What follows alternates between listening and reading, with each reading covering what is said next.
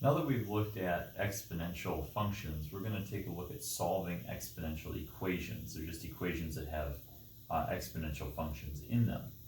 We're going to look at some basic ones where the base on each side of the equation have to be the same. And then later on, after we talk about a new type of function called logarithms, we'll explore some other type of exponential equations where the bases can be different. Okay, so right now we're just going to focus on same bases. So I'll give you some examples here. If you had just a real basic equation like 2 to the x equals 2 to the third, if the bases in an equation are the same, the base on each side, then the exponents have to be the same, right? What power on 2 gives you 2 to the third? Well, the answer is going to be 3, right? X has got to be 3 to make both sides of that equation true. Or equal, okay? So 2 to the third is 8. 2 to the what gives you 8? Well, 3, okay? So as long as the bases are the same on each side, then the exponents can be set equal, okay? So as long as the bases are the same, the exponents can be equated. Is that a word? I think that's a verb. It should work. Let's go with it. Okay, so anyway, as long as the bases are the same. Now, the challenge is sometimes getting the bases to be the same. For instance, you might have something like 2 to the x equals 1/2 raised to the 4th power. And so in this example, I don't have the bases the same. I have a 2 and I have a 1/2. However, I can turn them into the same base. I can turn the 1/2 into a base of 2 because I know that 2 to the negative 1 power gives me 1/2. Okay, so I could rewrite this. Instead of having 1/2 in the parentheses, I could really write that as 2 to the negative 1. Okay, so we're on the right path to creating the same base.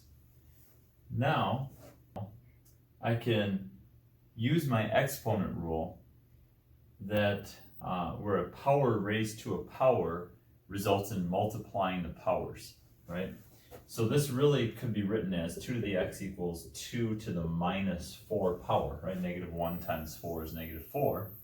And now I have the same base on each side, so I can again set the exponents equal, and I know that x must be negative 4. Okay, so again, the trick here is to get both bases to be the same, usually using some sort of exponent rule or just understanding the values of exponents, right? So I know that 2 to the minus 1 is 1/2. You might need to know that some exponent facts, like 2 to the third is 8, or 3 to the 4th power is 81. Okay, so you may need to know some of these exponent facts or our exponent properties. Okay, so now let's take a look at another example. We'll make this a little bit more difficult, but again, the same principle. You want to get the same base on each side of the equation. Once that occurs, you set the exponents equal to each other. Okay, so you could have something like 3 to the x plus 7 power is equal to maybe 9 to the 3x power, for instance. Okay. Well, here, my bases are different. I have a 3 and a 9, but I can transform the 9 into a base of 3 by knowing my exponent fact that 3 squared is 9. Okay, so I'm going to replace the 9 with something it is equal to. Whoops, I don't need a parenthesis there. So the 9 becomes 3 squared. Again, I'm just converting a base of 9 to a base of 3. Okay. Then I use my power to a power rule where I multiply the two powers, so that's 3 to the x plus 7 equals 3 to the 6x if I multiply those. And then I simply set those powers equal to each other. X plus 7 equals 6x. Subtract the x from both sides. And I get 7 equals 5x. Okay. At this point, I could divide out the 5, so my goal is to solve for x. And I'm going to get a value of 7/5 equal to x. Okay. All right, very good. While we're at it, why don't we go back through and put some reasoning in this problem as though we were doing a 2-column problem. Okay, so let's take a look at the first step here. The first step is just to replace 9 with something it's equal to. I'm not going to, that's just an arithmetic substitution. You could call that, where is it, the equivalence relation, the transitive property of equality, our substitution step.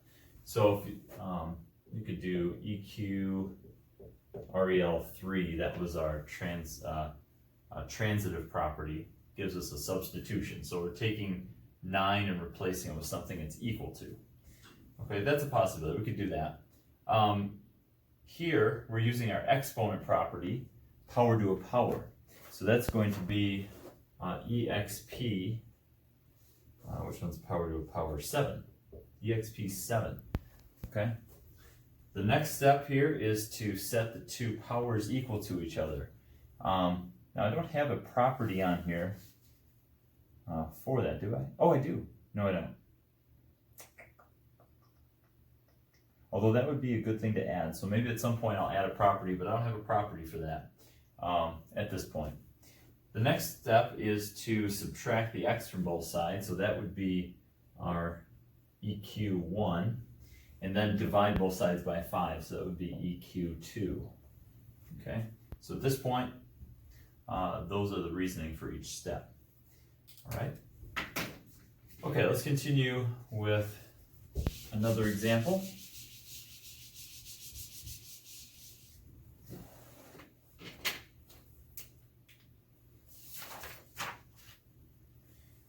All right, let's try one like, let's do 25 raised to the 2x power is equal to 1 over 125 raised to the x minus 6 power. Okay, let's see what happens here. So in this example, I've got 25 and 1 over 125. Now I cannot immediately change 25 into 1 over 125 or vice versa. What I really need to do is recognize that they're both powers of 5.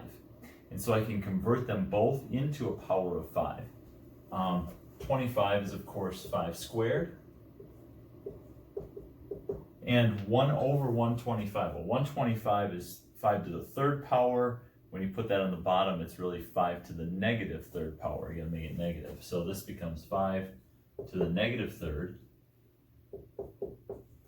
Okay.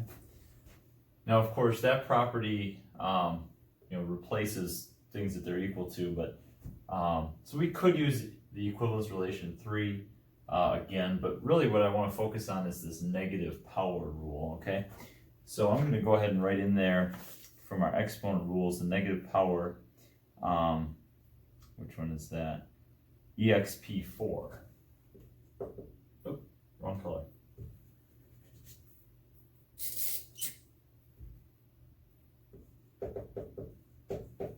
Okay, so there's EXP4.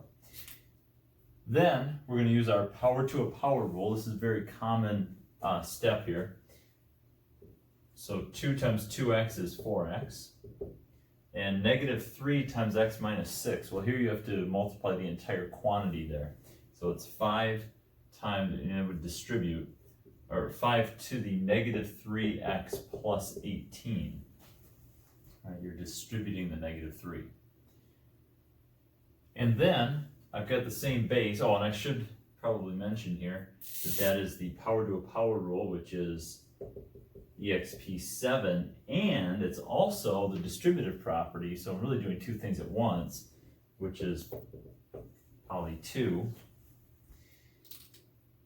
Okay, now I have the bases the same, so I can set the exponents equal. So let's say 4x is equal to negative 3x plus 18. Again, I don't have a property on my sheet for that yet, but we'll see that perhaps that's coming soon. Then we're going to get our x's on the same side, so let's go with adding a 3x to both sides.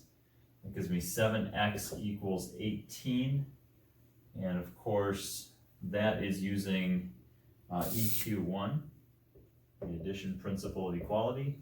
And then finally we divide out the 7, okay?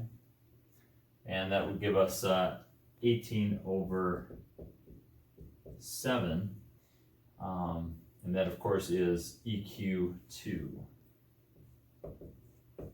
Now it is also important to note, and I neglected to do this on any of the previous examples, but I really should. These are equations, right? And equations require a solution set for their answer. So final answer on this previous one here would have been 7/5. Solution set here is 18/7. But we always do want a solution set when solving an equation. So just keep that in mind. Don't neglect the solution set as I did on those previous few examples.